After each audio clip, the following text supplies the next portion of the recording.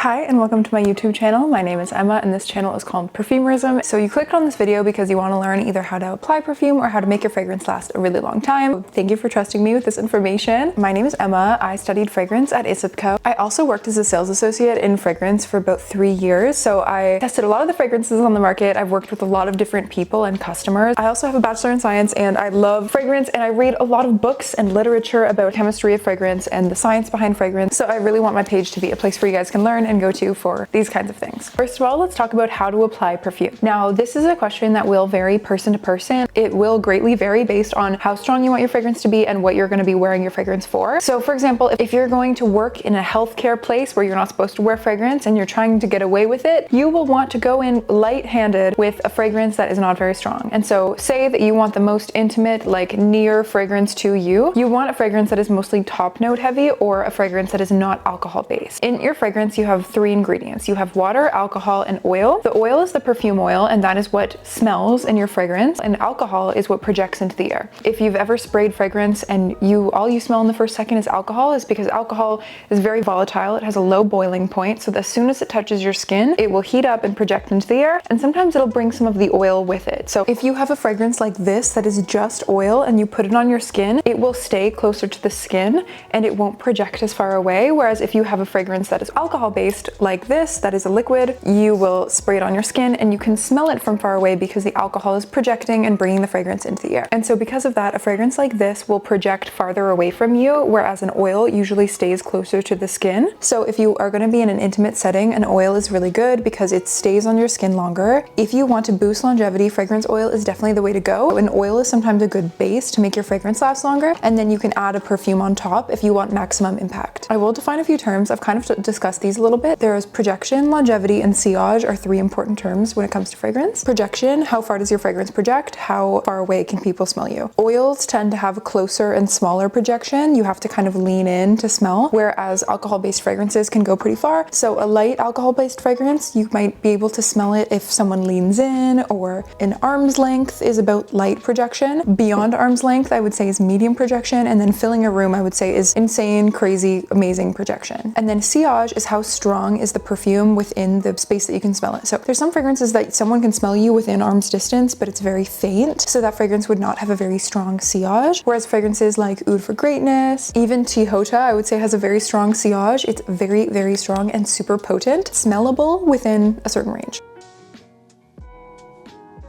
So that's projection, longevity, and sillage. So let's talk about the perfume pyramid. So your fragrance has a ton of different notes in it. This fragrance I know has matcha, vanilla, all these different things. Some of the notes we will call top notes, middle notes, and base notes. So those are all different things that you smell in here. Based on their boiling points, you smell them at different periods of time. And so based on that, you will find that every fragrance has a top, a middle, and a base based on how you smell from the top, as in the initial scent, the mid, as in the scent as the fragrance has sat for a few hours, and then the dry down several hours later. Think of cooking. If you've ever cooked with like wine or alcohol, you know that it's kind of the first thing to boil off. And then if you have water, alcohol cooks off really fast. That's why a lot of people cook with wine and you don't get drunk from eating whatever you're cooking, is because the alcohol boils off really quickly. So it's kind of a similar thing with this. Some notes, for example, bergamot. Bergamot is a very popular top note because it has a super low boiling point. So the second you spray, the second it touches your skin, it's evaporating, it's projecting into the air. You can smell it right at the beginning because it's like the alcohol or like the wine, the thing that you smell immediately that boils off first. Those are the top notes. Those are what you smell immediately. And then middle notes are like the water that stays behind. And so middle notes are usually floral notes, all these different things, whatever you smell after the top notes go away. And then base notes are really long lasting fragrances like vanilla, sandalwood, patchouli. These are all base notes that have a really good longevity. And this has to do with the chemical properties of the scents themselves. So if you have a fragrance that's super top note heavy, it won't last as long.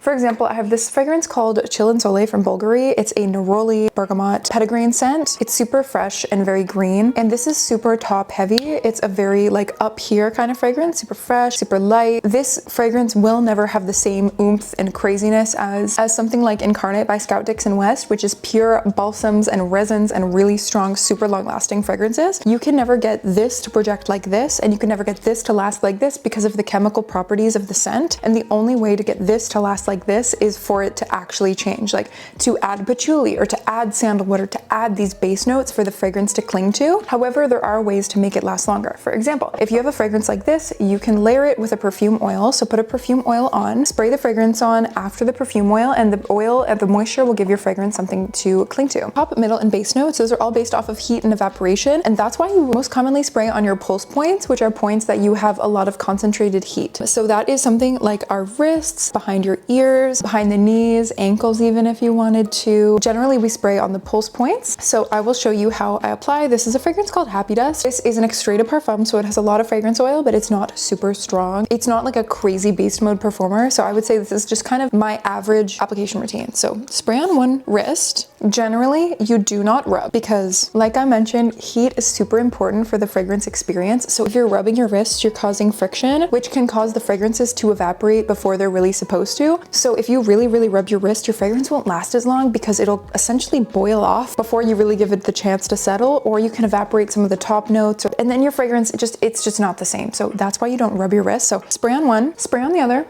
and then I like to spray on the back of my neck. Sometimes I'll also spray on the center of my chest. Your skin is a heated surface and heat will evaporate your fragrance. So if you want your fragrance to last long, if you're struggling with longevity, one thing that's really important to do is spray on your clothes. Be careful. Obviously, this fragrance is not super dark. Some fragrances have really dark juice, and therefore you have to be careful because sometimes it could stain your clothing. The matrix of your clothing is optimal for holding onto fragrances. Your clothing is literally ready to just suck up and hold onto fragrances, whereas your skin is ready to heat up fragrances. So if you spray on clothing, you won't get the same kind of top, middle, base because your clothes won't be meshing with the fragrance the way that your skin is. The benefit of that is it boosts longevity. Your fragrance will hold onto your clothes a little better, and sometimes it's just nice to have a little bit more fragrance. So spraying on clothes is really important for boosting longevity with fragrance. You can also spray on your hair. However, fragrances are made of alcohol, which can be drying to your hair, so just keep cognizant of that. Places that are interesting to spray, I like the back of my neck because if you spray the front of your neck, it'll be the strongest right under your nose, and sometimes your fragrance could choke you out. If you do the back of your neck, then you'll have a scent trail, and every time you move your hair, the fragrance will disperse behind you. So I think it's really pretty. Wrists are gorgeous so that when you move your arms around, the fragrances will disperse. Another thing you can do is spray and walk through. Now, some people consider this wasteful, but it's actually a very effective technique, especially for strong fragrances. I worked as a sales associate for several years, and Mugler fragrances specifically, like Angel, Alien, those are all made to be overdosed. So those are extremely potent, strong fragrances. And we were actually directed by Mugler that you're supposed to have clients spray the fragrances and walk through them, and that is actually how you're supposed to apply a Mugler fragrance because they are so strong and super dosed that you're not supposed to just put them on your skin the way you would an original fragrance. It would be way too overpowering. So just spray and walk through. That is definitely a technique that you can do with strong fragrances that you want kind of an all-around scent bubble and not just like concentrated in one area. Sometimes I'll spray all down my body. Sometimes I just spray on my pulse points. When it comes to really strong fragrances, like for example, Chihota, this fragrance is incredibly beast mode. It's a really pretty vanilla perfume. I will just put like kind of one spray central, so I get a little bit of my chest, a little bit of my clothing, and then I'll do spray on one wrist and then tap onto the other. Again, don't rub. It's not the worst thing you could do, but it's just not optimal because I talk with my hands and move my hands around. And so if I have a really strong fragrance, I will split that between wrists, but you can always do one spray on one wrist, one on the other. It really depends.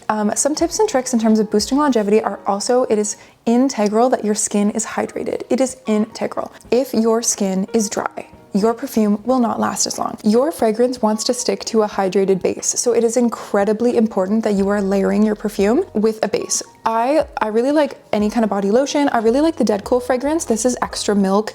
It's just like a really neutral, kind of ambery musky scent. This scent is so gorgeous and subtle that to me it just doesn't even feel like perfume. Like this almost feels like an unscented lotion, but it's super hydrating and creamy and rich, but it doesn't feel greasy or oily. So this is kind of one of my favorite formulas, and I'll layer this with everything. It's just kind of like a neutral fragrance. You don't have to be much of a chemist or a perfumer to be able to think of like what to mix this with because it goes with anything. I also really like the Bianco Latte body lotion. This is super long lasting, crazy longevity with this here, super creamy. I also like body oils. Delina has their hair dry oil. You can put this in your hair because it's an oil, so it won't dehydrate your hair. There's also the Sol de Janeiro. These ones you can tell are obviously super used. I like to put these on right out of the shower when my skin is still super wet. These really help with moisture. So body oils are super important. Keep your skin hydrated, and oils can also be a fun technique to layer your fragrance and get it to last longer and just kind of like mix to create a signature scent that's uniquely you. I also like Naturium here. They have this body lotion. Another thing you can do is use a fragrance base. Now there's one that I just got. It's a solid perfume and it is so